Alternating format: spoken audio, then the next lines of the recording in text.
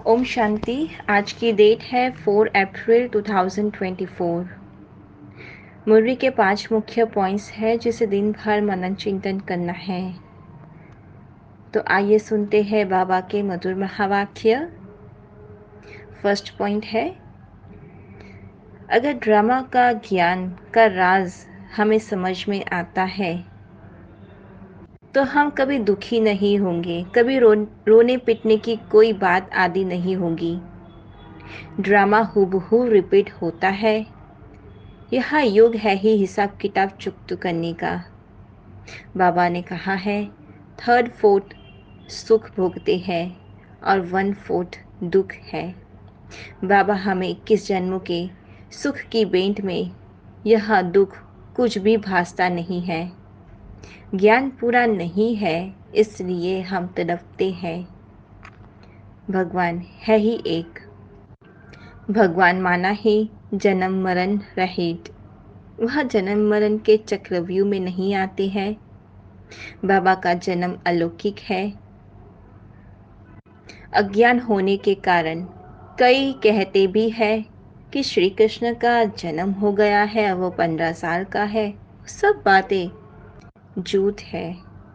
जो ज्ञानी बच्चे हैं वह जानते हैं कि जब श्री कृष्ण का अवतरण होगा, उनका जन्म होगा, तो सबको पता पड़ेगा, क्योंकि चारों तरफ रोशनी ही रोशनी होगी, लाइट ही लाइट होगी। अब हम बच्चे घोर सोजरे में हैं। लौकिक वर्षा तो तुम लेते आए हैं। बाबा अब कहते हैं, लौकिक वर्षे को पारलौकिक वर्षे के साथ एक्सचेंज करो तो ये कितना अच्छा व्यापार है। बाप गरीब निवास है।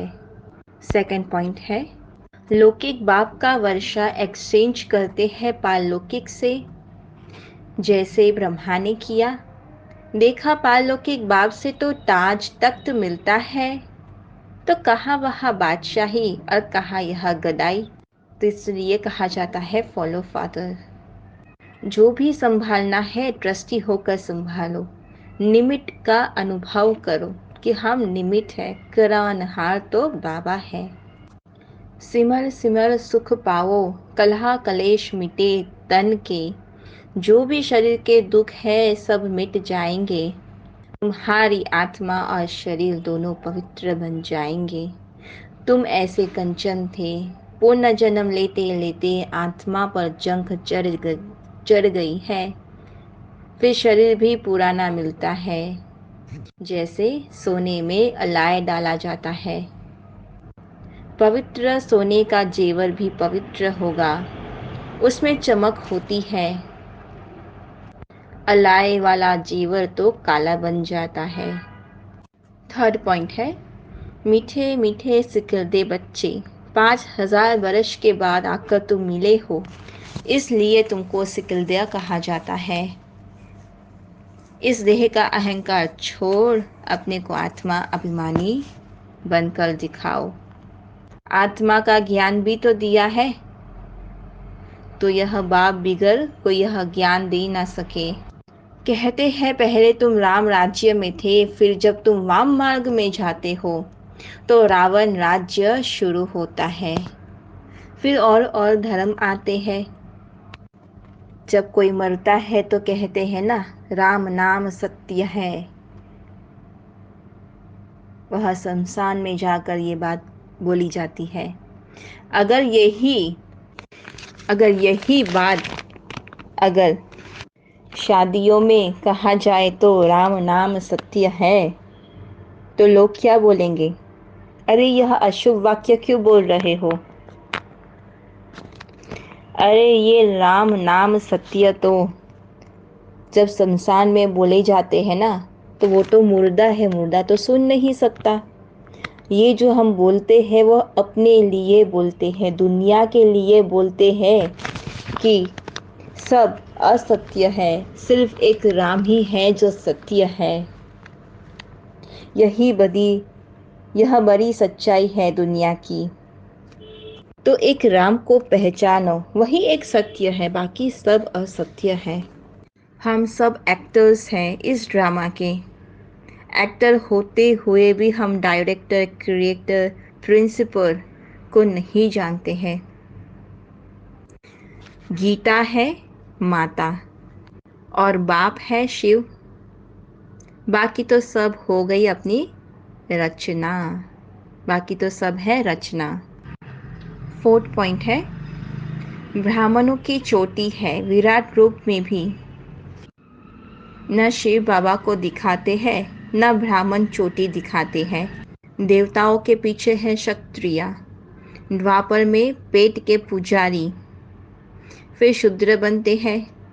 हाँ, पेट है वैश्य और पैर है शूद्र। यही तो है हमारे 84 जन्मों की कहानी, 84 जन्मों की यात्रा। बाप बिगर राइट चित्र कोई बनवा ना सके। यह है ही सत्संग, एक बाप के साथ, सट बाप के साथ। बाकी तो सब है झूठ संग। सचखंड बाप स्थापन करते हैं। भगवान को ही ज्ञान का सागर कहा जाता है। यहाँ हम आए ही हैं जीते जी मरने। शास्त्र में कहा है कि अगर भगवान के नज़दीक जाना है तो सोच कर जाना। शास्त्र में लिखा है चोराग्यम पुरुष नमामि। यह है चोरों का सरदार है, चुरा लेता है सब कुछ।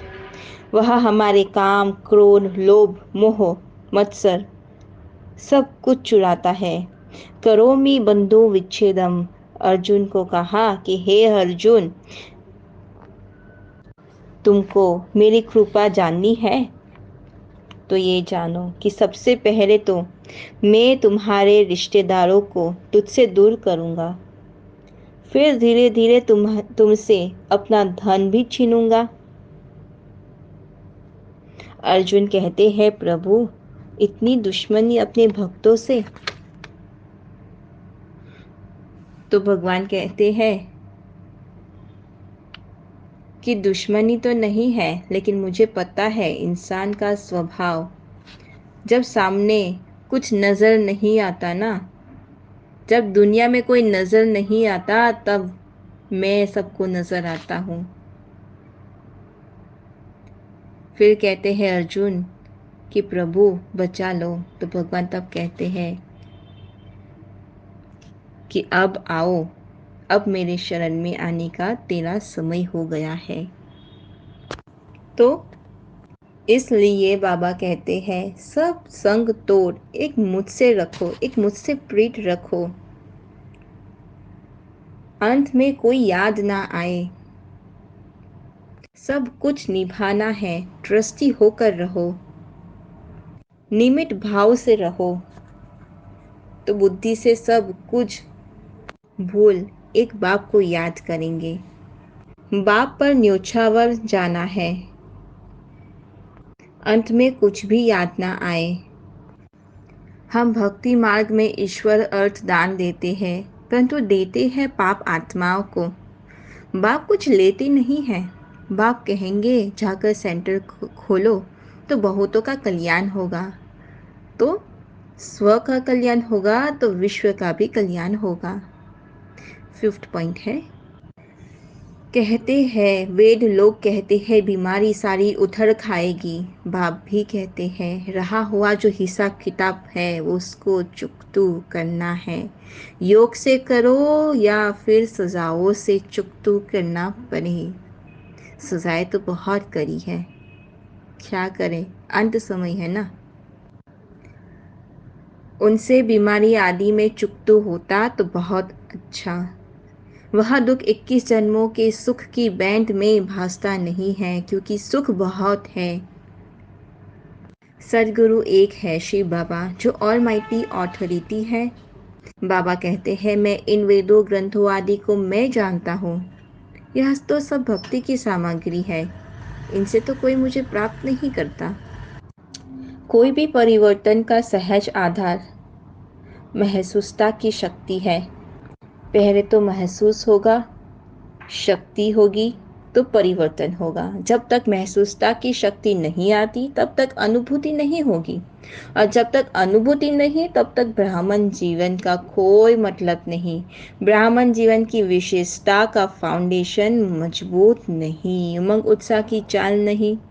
जब महसूसता की शक्ति हर बात का अनुभवी बनाती है तब तीव्र पुरुषार्थी बन जाते हो। महसूसता की शक्ति सदा काल के लिए सहज परिवर्तन करा देती है। स्नेह के स्वरूप को साकार में इमर्ज कर ब्रह्मा बाप समान बनना ही है। अच्छा, ओम शांति।